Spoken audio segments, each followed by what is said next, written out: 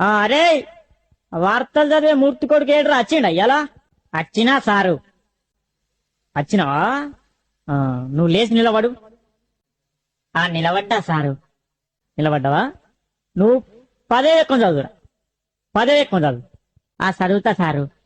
పదెక్కం కదా సారు ఇగో చదువుతున్నా ఎంతైనా వార్తలు చెప్పే మూర్తి కొడుకును కదా ఈ పదో ఎక్కం లెక్కన నాకు ఇగో చదువుతున్నా సార్ ఈనాటి పదో ఎక్కం చదువుతున్నది మూర్తి కొడుకు శనార్థి పదెక్కం 10 11 20 బాగానే ఉన్నాయి